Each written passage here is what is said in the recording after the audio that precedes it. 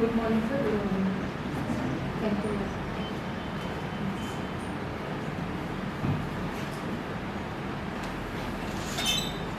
लगता है आप हॉबीज में लिखे मधुबनी पेंटिंग ये हमारी हॉबी है, ये सच में करते हो? Yes ma'am. कब से? सर मैम ये वाला हॉबी मैंने स्कूल टाइम से डेवलप किया है। अपने स्कूल की लाइब्रेरी में मैंने एक बुक देखा था और उस पर ये पेंटिंग्स बनी हुई थी और काफ़ी वाइब्रेंट थी। तो उस टाइम पे मैम मुझे नहीं पता था कि इसे मधुबनी बोला जाता है। उस टाइम से क्योंकि बचपन से मुझे मेहंदी वगैरह और ड्राइंग रंगोली बनाने का थोड़ा थोड़ा हैबिट था मैडम। तो फिर मेरी जो फिंगर्स है उस पर अच्छी कर्व लाइन्स को बहुत अच्छे से ड्रॉ कर पाती थी। तो मैं देखती थी कि जब मैं बनाने की कोशिश करती थी तो सारे स्ट्रक्चर बहुत अच्छे से बन जाते थे। तो ऐसे मेरी हैबिट उसी से डेवलप हुई है। मधुबनी पेंटिंग में कौन कौन से फिगर्स होते हैं?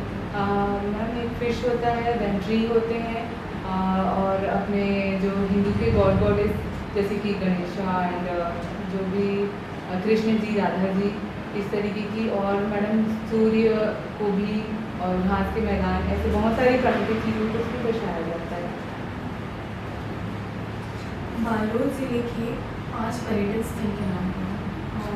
मैडम सबसे पहले तो है धार्मिक पर्यटन स्थल जो है गंगा मैया है, साथ में सियादेही नारा गांव में स्थित है जहाँ पर एक प्राकृतिक झरना भी है। और उसके बाद में मैडम एक मादीगोरी खपरी में कुकुरदेव मंदिर है, वो भी एक ऐतिहासिक है।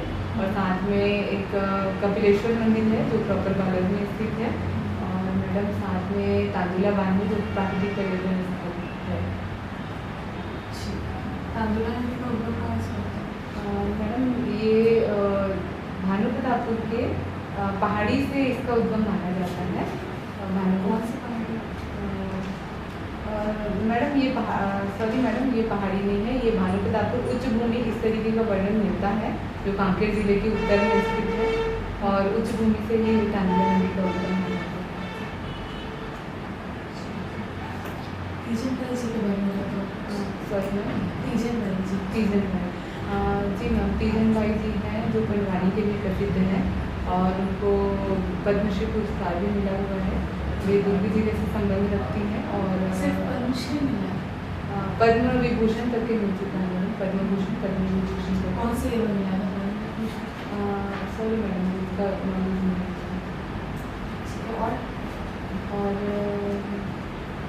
पंडवानी के बारे में पता है मैडम, महाभारत की कथा होती है जो सबल सिंह चौहान जी द्वारा रचित जो महाभारत की कथा है। कौन सी शैली का बयान करती है कपाली? ये वेदमती शैली, कपाली शैली और शास्त्रीय शैली माना जाता है मैडम कपाली शैली का गायन को।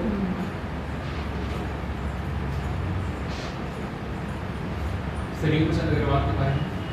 सलीम प्रसाद अग्रवाल के बारे में सर वो स्वतंत्रता सेनानी थे और यहाँ के जो स्थानीय किसान आंदोलन हुए थे वे उनके नेतृत्व करते थे सर, बट उनके बारे में और जानकारी मुझे अभी नहीं कब हुई थी किसान आंदोलन?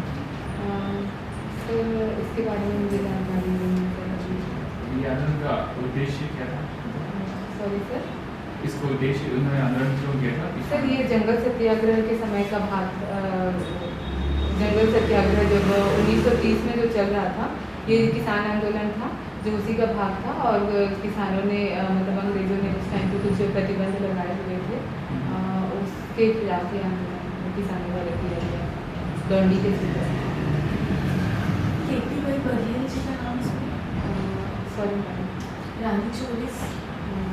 यस मैडम, बस्तर से संबंधित एक राजसेनानी की महिला थी, लेकिन मैडम मुझे अभी उनके बारे में कुछ नॉलेज नहीं है। जी रिकॉर्डिंग कर जो बालोद जिले के पुलिस अधीक्षक हैं उनका नाम? सर श्री जितेंद्र यादव जी हैं, अभी पुलिस अधीक्षक के पद पर बालोद में कार्यरत हैं। जो अपन दुर्ग रेंज है उसके जो आईजी को नाम पता है? जी श्री बद्री नारायण मीना सर जी, वो आईजी। और शंकर भुवन योगी के बारे में कुछ बताइए, उन्होंने क्या योगदान दिया था? सर ये एक स्वतंत्रता सेनानी थे और दली राजरा के क्षेत्र में एक मजदूरों को संगठित करने के लिए और आंदोलन करने के लिए उनका नाम प्रसिद्ध है। और इन्होंने संग्राम मंच की स्थापना की थी और साथ में छत्तीसगढ़ मुक्ति मोर्चा मंच की भी स्थापना की थी। छत्तीसगढ़ पुलिस अकेडमी का नाम क्या है? नेताजी सुभाष चंद्र बोस पुलिस अकेडमी, कहाँ पर? ये जौनपुरी में स्थित है अच्छा, मैडम। कोई और किस चीज़ के लिए फेमस है? कौशल्या माता मंदिर के लिए। छत्तीसगढ़ सरकार के द्वारा ये राम वन गमन पथ जो टूरिज्म सर्किट है ये इसको डेवलप किया जाए, उससे क्या लगता है आपको यहाँ के लोगों के लिए ये क्या वो रहेगा, बेनिफिशियल रहेगा किस लिए? मैडम सबसे पहले तो एक तो है मैडम कि जो हमारी संस्कृति है उसको पर्यटन के द्वारा उजागर किया जा सकता है, प्रकाश में लाया जा सकता है, क्योंकि कुछ स्थल ऐसे थे जो ऐसे किंवदंतियों के हिसाब से तो प्रचलित थी लेकिन और जनमानस के बीच में प्रचलित नहीं थी। और साथ में मैडम जहाँ पे भी पर्यटन अगर प्रचलित होता है या सरकार उसको बढ़ावा देती है तो वहाँ पे रोजगार के अवसर भी बढ़ जाते हैं। तो इस तरीके से संस्कृति और रोजगार दोनों के दृष्टि से अच्छा है। तो शबरी के जूठे भेद भगवान राम ने कहाँ खाए थे? मैडम ये शिवजी नारायण में खाए थे जो जांजगीर चांपा जिले में बसे। तो लोक प्रशासन क्या होता है? लोक प्रशासन सर जनता के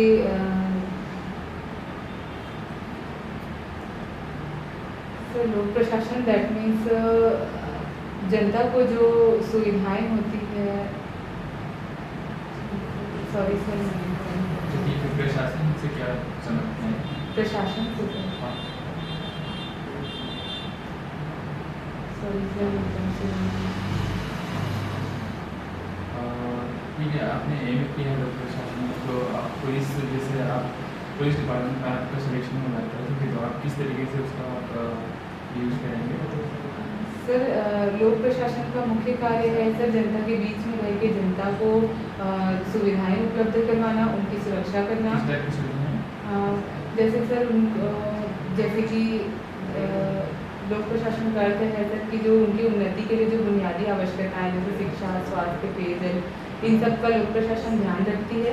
और ये जो होता है सर लोक प्रशासन सरकार का एक कार्यात्मक पहलू है जो जमीनी स्तर पर कार्य करने के लिए उत्तरदायी होती है। तो जो सुविधाएं सरकार के द्वारा प्रदान की जा रही है क्या उनका फ़ायदा लोगों को मिल रहा है कि नहीं, या ग्राउंड लेवल पे उनका इम्प्लीमेंटेशन ठीक से हो पा रहा है कि नहीं, लोक प्रशासन सर इसी के आधारित होता है। तो आप इसका उपयोग कैसे करेंगे? मतलब पुलिस डिपार्टमेंट में रहकर जैसे कोई भी योजना है जो जो बेसिक चीज़ें हैं, ठीक है, जो गवर्नमेंट द्वारा प्रोवाइड कराते हैं, वो आप पुलिस में रह के कैसे उसको इंश्योर करेंगे कि वो सब चीज़ हो पा रही है? सर मैं कोशिश करूंगी कि जो भी जैसे कि समाज में जो शांति व्यवस्था है वो कायम रहे, और साथ में जो भी सरकार द्वारा जो बुनियादी सुविधा जैसे हॉस्पिटल्स है, स्कूल्स हैं, इनमें किसी भी तरीके की अगर चुनौती उत्पन्न हो रही है तो उसका कारण क्या है ये जानने का वो करूँगी, कोशिश करूँगी। और साथ में अगर उसका पर ये तो पुलिस का काम नहीं होता कि हॉस्पिटल्स में हाँ सर ये पुलिस का काम नहीं होता सर, लेकिन पुलिस का ये एक महत्वपूर्ण पहलू है कि पुलिस जो है जो उसमें चैलेंजेस उत्पन्न होते हैं, जैसे हॉस्पिटल में कभी व्यवधान उत्पन्न हो जाता है या हॉस्पिटल अगर अच्छे से काम नहीं करती तो कभी कभी भीड़ उग्र हो जाती है, जो लोग उग्र हो जाते हैं, तो उस क्षेत्र में पुलिस समाधान करे। और पुलिस का सर अपराध में भी मुलायजा वगैरह करवाना। पुलिस का जो मुख्य कार्य क्या होता है, क्या काम होता है? सर पुलिस का कार्य है अपराधों की जांच करना और अपराधों की रोकथाम करना, समाज में कानून व्यवस्था को लागू करना और लोगों को सुरक्षा देना। आप इनकाउंटर जानते हैं क्या होता है? हाँ सर।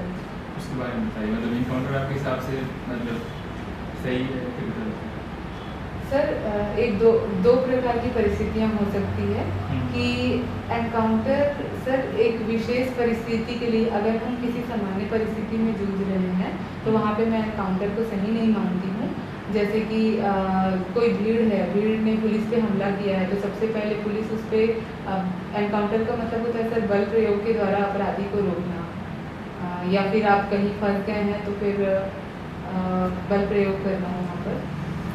तो अगर हम जैसे सर अगर विशेष परिस्थिति होती है, जैसे नक्सलियों के संबंध में हम एनकाउंटर को सुनते हैं, तो अगर सामने मुठभेड़ हो जाता है और हमारी जान पे अगर जान को खतरा उत्पन्न हो जाता है तो हम उस पर हथियार का प्रयोग कर सकते हैं, वो एनकाउंटर में सर। और सामान्य परिस्थितियों में सर हम नहीं करते हैं और हम सबसे पहले उसके बचाव का रास्ता पहले